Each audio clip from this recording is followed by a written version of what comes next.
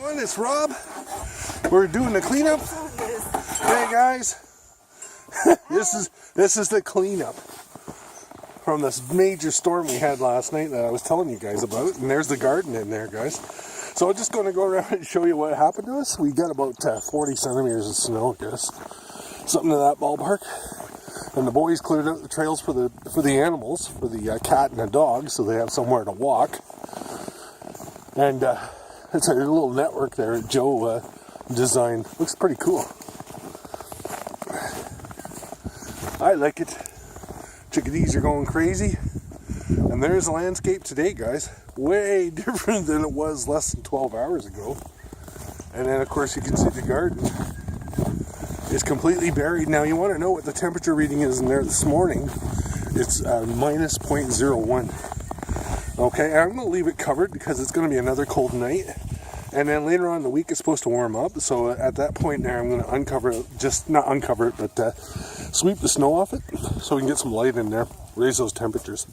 But it shouldn't get any lower than minus 0.1. And the reason why that is because snow is about that temperature and it's a great insulator. So I'll just stop the video here for a minute and then I'll show you the reading on the thermometer as I go in because it's getting real cold out here. Like the air temperature right now is about minus 15. It's going to go down to minus 23 tonight Celsius. That's Celsius, by the way. And you can hear that wind whistling, so you got a wind chill factor. So I want to leave that covered. When we get to February, that sun is going to be on a higher angle. You can see the beautiful silhouettes of the ice rain we got last night on the trees like that. That's just gorgeous.